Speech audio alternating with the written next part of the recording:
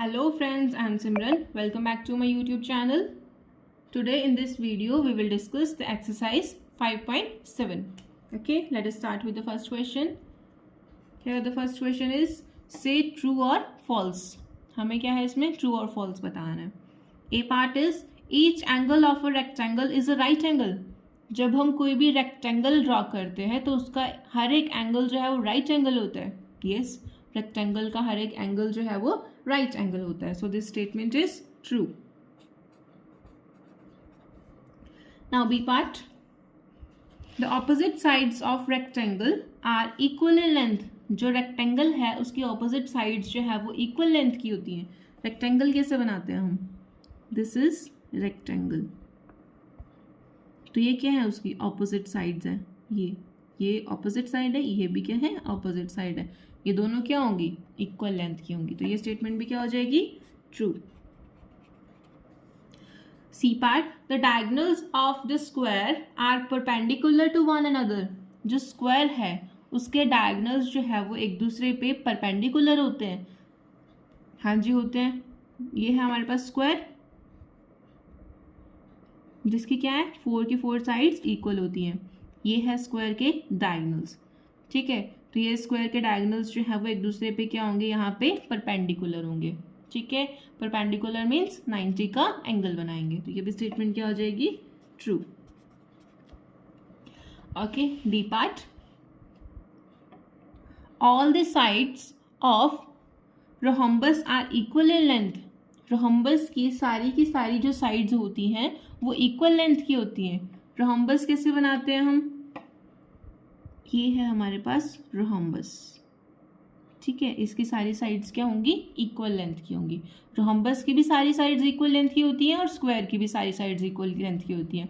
दोनों में डिफरेंस क्या होता है कि स्क्वायर में क्या है? हर एक एंगल 90 का होता है, लेकिन रोहम्बस में ऐसा नहीं है. रोहम्बस में सिर्फ सारी साइड्स की लेंथ देखते हैं कि सारी साइड्स की लेंथ जो है वो इक्वल होगी. ठीक है, तो ये भी स्टेटमेंट क्या आ जाएगी? True. E part. All the sides of a parallelogram are of equal length. जब हम पैरेललोग्राम देखते हैं, पैरेललोग्राम में क्या होता है? 2 ऑपोजिट साइड्स इक्वल होती हैं. ठीक है, इसके ऑपोजिट साइड्स की लेंथ जो है वो इक्वल रहेगी. तो यहाँ पे ये क्या है? इन्होंने क्या बोला है कि all sides of parallelogram are of equal length. नहीं, सारी साइड्स जो है वो इक्वल नहीं होती, इसमें ऑपोजिट साइड्स होती हैं इक्वल. ठीक है, तो ये स्टेटमेंट क्या आ जाएगी? False. F part. The opposite sides of trapezium are parallel. जो ट्रेपीजियम होता है उसकी ऑपोजिट साइड्स पैरेलल होती हैं. नहीं, ट्रेपीजियम की ऑपोजिट साइड्स पैरेलल नहीं होती. ये आ जाएगा आपके पास फॉल्स. ठीक है जी. Now question number 2. Give reasons for the following. हमें ये पार्ट्स दिए हैं, उसके हमें क्या है? रीजंस बताने हैं. First part. A square can be thought of as a special rectangle. हम स्क्वायर को एक स्पेशल रेक्टेंगल बोल सकते हैं. इसका रीजन बताएंगे. क्यों? Because it's all the angles are right angles and opposite sides are equal. क्योंकि रेक्टेंगल की डेफिनेशन क्या होती है? सारे एंगल जो है 90 के होते हैं और ऑपोजिट साइड्स इक्वल होती हैं. स्क्वायर में क्या होता है? सारी साइड्स इक्वल होती हैं. अगर हम इसको रेक्टेंगल की डेफिनेशन में डाल के देखें, सारे एंगल्स 90 के हो जाएंगे. ठीक है, और ऑपोजिट साइड्स इक्वल हो जाएंगी. ओके, तो ये क्या बन जाएगा? हमारे पास स्पेशल टाइप ऑफ रेक्टेंगल बन जाएगा जिसमें ऑपोजिट साइड्स इक्वल हैं और इसमें ऑपोजिट्स के साथ साथ क्या है? चारों के चारों साइड्स भी इक्वल है. लेकिन रेक्टेंगल में ऐसा नहीं होता. रेक्टेंगल में सिर्फ ऑपोजिट ही इक्वल होते हैं. तो यहाँ पे लिख देंगे because it's all angles are right angles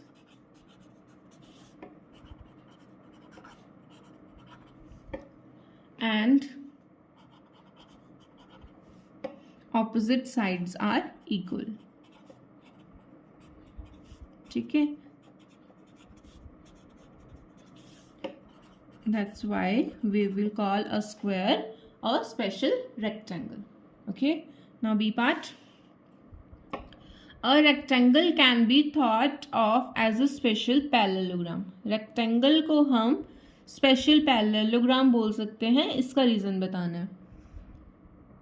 because it's opposite sides are equal and parallel. Parallelogram में क्या होता है, ऑपोजिट साइड्स इक्वल भी होती हैं और पैरेलल भी होती हैं। तो रेक्टेंगल में भी ये सेम चीज़ होती है। एक एक्सेप्शन क्या होती है, रेक्टेंगल के एंगल्स सारे के सारे 90 के होते हैं, लेकिन पैरेललोग्राम में ऐसा नहीं होता। ठीक है, so we will write here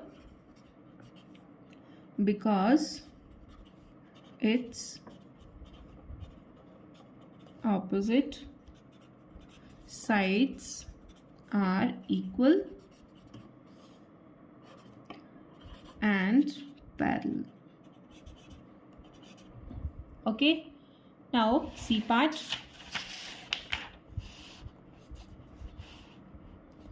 A square can be thought as a special rhombus. Square को हम स्पेशल rhombus भी बोल सकते हैं। रोहम्बस में क्या होता है, सारी साइड जो है वो इक्वल होती हैं, और स्क्वायर में भी यही होता है, सारी की साइड जो है वो उसकी इक्वल होती है। लेकिन स्क्वायर में एक चीज़ होती है कि उसके सारे एंगल जो है वो 90 के होते हैं, लेकिन रोहम्बस में ऐसा नहीं है। ठीक है, तो लिख देंगे यहाँ पे because it's 4 sides are equal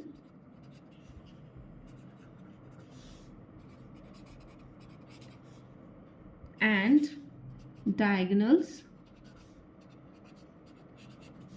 are perpendicular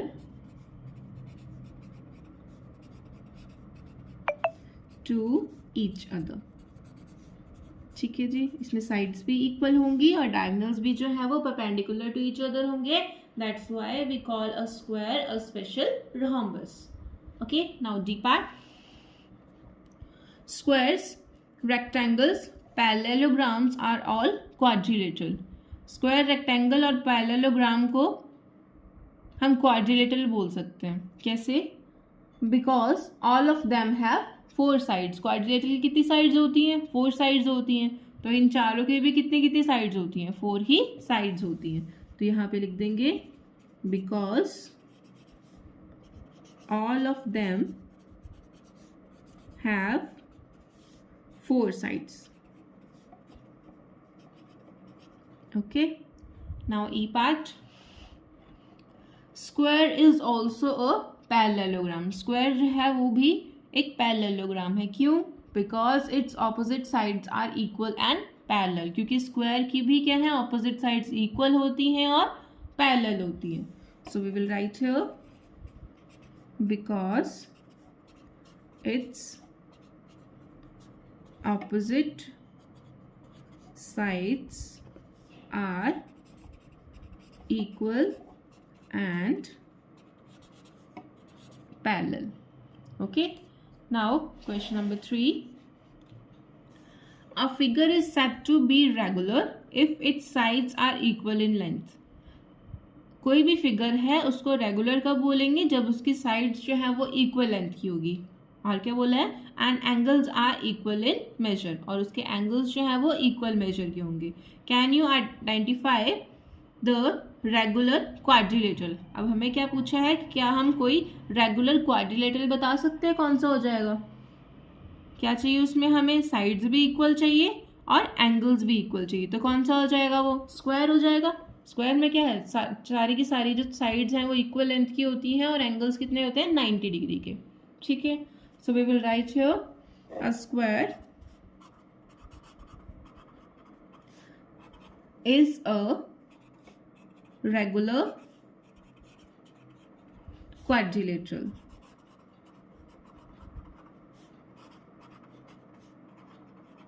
square क्या हो जाएगा हमारे पास? एक रेगुलर क्वाड्रिलेटरल हो जाएगा। ठीक है जी, in this video we have discussed exercise 5.7। In the next video, we will discuss the next exercise. Till then, take care. Goodbye.